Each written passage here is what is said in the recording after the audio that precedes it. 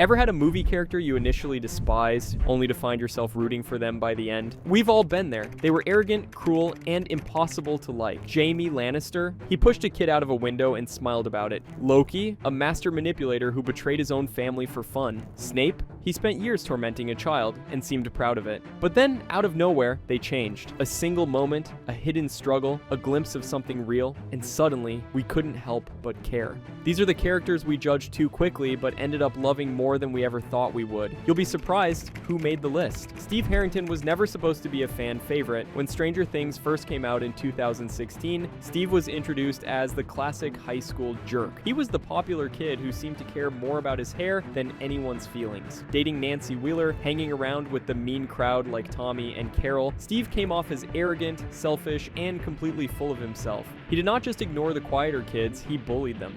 When Nancy started getting close to Jonathan Byers, Steve acted out. He accused her of cheating, got his friends to help spray paint insults about her on the movie theater sign, and started a fight with Jonathan behind an alley. He even smashed Jonathan's camera just because he felt jealous and insecure. Most viewers were sure this guy was either going to disappear or end up being one of the villains. Then something changed in season 2. Steve started showing heart. When Dustin found a strange creature in his trash, Steve actually helped him. He gave Dustin advice about girls and hair products, sure, but more importantly, he stuck around. He grabbed his bat and stood by Dustin like a big brother would. I feel like you're trying way too hard, man.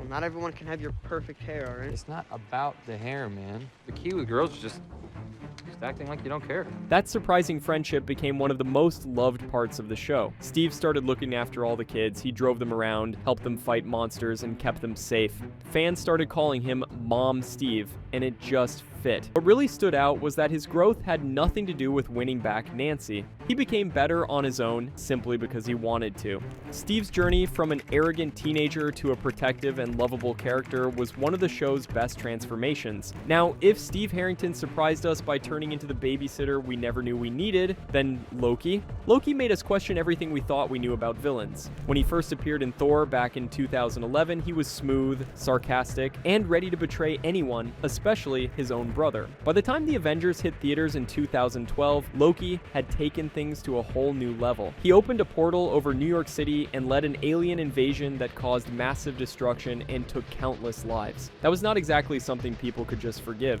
Loki! Turn off the Tesseract or I'll destroy it. You can't. There is no stopping it. There is only the war. So be it. He was manipulative, self-centered, and always had some kind of secret plan. Fans liked watching him, but did not trust him. He was the kind of character you expected to always ruin everything. Then, slowly, things started to shift. As Marvel added more layers to his story, we got to see who Loki really was. He was not born into Asgard's royal family. He was taken from the Frost Giants and raised by Odin, never fully accepted, always feeling like the outsider. That pain, that need to prove himself, explained a lot. His relationship with Thor became one of the most emotional threads in the entire Marvel saga. They argued, fought, and tricked each other, but there was always love buried underneath. In Thor Ragnarok, Loki finally made a different choice. He stood beside Thor, helped save Asgard's people, and proved he could be more than just the trickster. And in Avengers Infinity War, he gave his life trying to protect Thor from Thanos. That moment was not just shocking, it was heartbreaking. Then came the Loki series. We saw him question who he was, make new choices, and even care deeply for others. Loki did not just change his path, he created an entirely new one. If Loki made us believe that even a god of mischief could change, then Sandor Clegane from Game of Thrones proved that even the most ruthless killer could still have a heart. Sandor, known as the Hound, started as one of the most feared men in Westeros. His face was horribly burned, and his soul seemed even more scarred.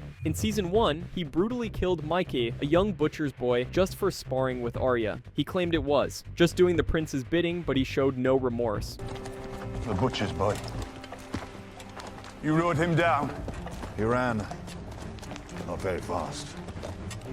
Later, during the Hans tournament, he nearly killed his own brother, the Mountain, in a fit of rage. And at King's Landing, he served the cruel Joffrey without hesitation, following orders and cutting down anyone in his way. He mocked knights, laughed at the idea of honor, and showed open disdain for religion. He seemed to believe that kindness was a weakness and strength came only through fear. At Blackwater Bay, instead of standing his ground, he abandoned his post and fled, terrified of fire. It looked like cowardice, but it revealed something deeper. The trauma of his childhood when his brother shoved his face face into flames. But things started to shift. His journey with Arya Stark became a turning point. At first, he planned to ransom her for gold, but as they traveled, a strange bond formed. He protected her, shared food with her, and even warned her about the harshness of the world. He became more than a sword. He became a reluctant guardian. His humor, once cruel, became dry and sharp, adding layers to his personality. Later, when he joined the Brotherhood without banners and helped build a village chapel, we saw a man trying to atone, even if he did not admit it. In the final season, Sandor confronted the Mountain in an epic battle. It was not just revenge, it was him facing the fear that had controlled his life. He chose to die fighting his greatest demon, both literal and emotional. From a killer with no conscience to a man fighting for something greater, Sandor's story was one of Game of Thrones' most powerful transformations. Jesse Pinkman was introduced as a failed student, a small-time meth cook, and an unreliable partner. In the beginning, he was more of a burden than a help to Walter White. He came across as immature, lazy, and constantly high.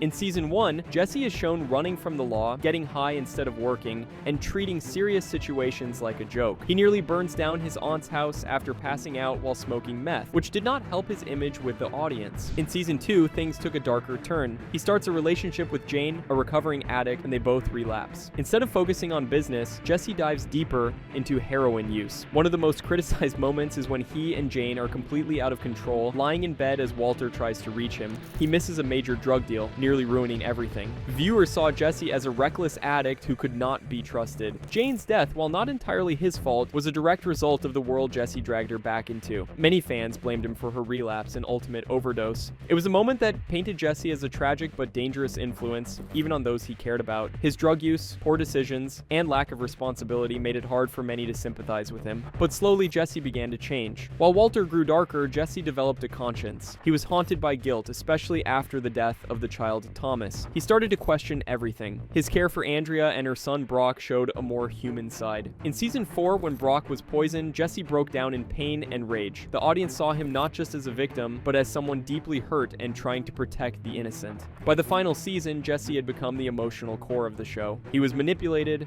abused, and broken, yet he still showed heart. In the end, his escape in El Camino felt like justice. Jesse had suffered enough, and he finally earned his peace.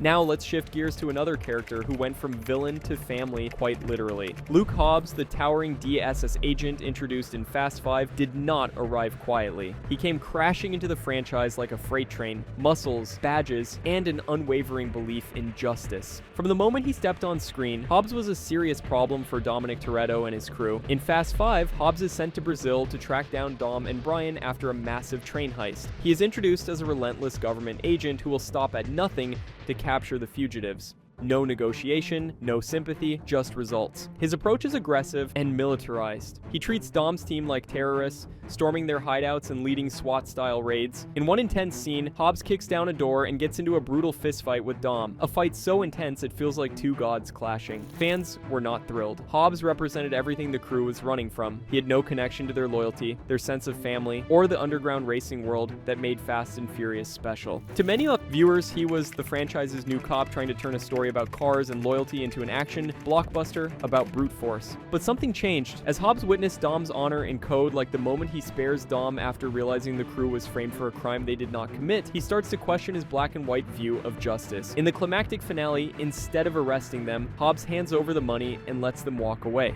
It was the first sign that Hobbs was not just a machine, he was a man with values. From there, he evolved. By Fast and Furious 6, Hobbs was part of the crew. His stoic demeanor softened, and his dry humor began to shine. The rivalry with Deckard Shaw became a hilarious back and forth full of insults and one-upmanship. In Hobbs and Shaw, fans got to see his Samoan roots and a surprisingly touching side as a father trying to protect his daughter. Over time, Luke Hobbs became more than just muscle. He became part of the family. And in the world of Fast and Furious, that means everything. Now let us step into the magical world of Hogwarts, where one of the most complex and misunderstood characters made perhaps the greatest redemption arc of them all, Severus Snape.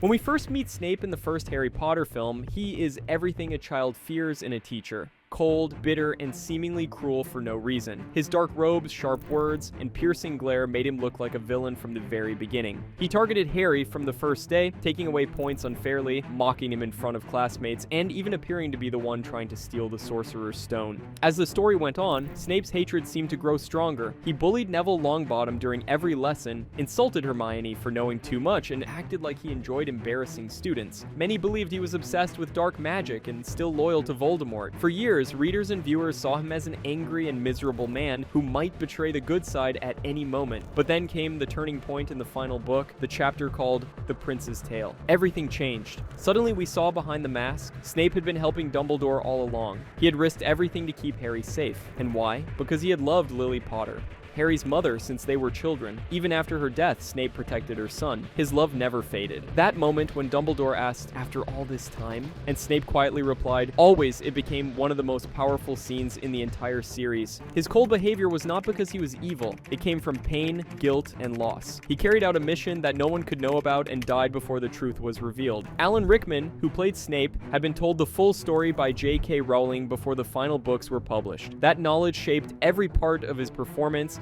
which is now seen as one of the best in the series. From hated teacher to hidden hero, Severus Snape's journey proved that love and sacrifice can live behind even the coldest face. Jaime Lannister entered Game of Thrones as one of the most hated characters in the entire series. In the very first episode, he committed an unforgivable act. To protect the secret of his relationship with his sister Cersei, he pushed a young boy, Bran Stark, out of a tower window. That moment defined how viewers saw him for years to come. But that was not the only reason people despised him. He was in a relationship with his twin sister, which disgusted many fans. He was proud, arrogant, and seemed to believe he was better than everyone else. He also carried the title of Kingslayer because he killed the Mad King. Even though that act ended a brutal reign, many still saw it as a betrayal, and Jaime did not bother to defend his reasons. He accepted the hatred and wore his title with a cold smile. Then everything started to change. Jaime's downfall began when he was captured and eventually lost his sword hand. That was the moment everything shifted. The proud knight who once defined himself by his skill and strength was suddenly powerless. This loss broke down his ego and forced him to reflect on who he truly was beneath the armor. One of the first signs of redemption came through his relationship with Brienne of Tarth. Their journey together brought out Jaime's hidden honor and humanity. He risked his life to protect her and even gave her his Valyrian steel sword. With her, we saw a side of Jaime that was compassionate, loyal, and deeply conflicted.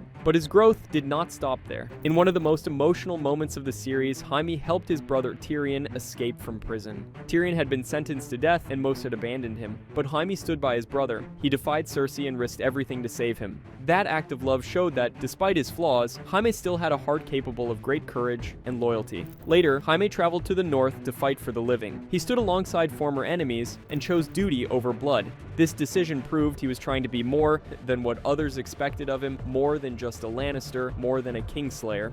His ending was controversial. Many were disappointed when he returned to Cersei, but others saw it as a tragic truth that some people can grow, but still struggle to escape the ones who shape their pain. And maybe that is what made Jaime Lannister such a powerful and unforgettable character. He was not perfect, but he was real. If you love stories about flawed people seeking redemption, make sure to subscribe to the channel. There are many more unforgettable characters to explore. See you all in next video.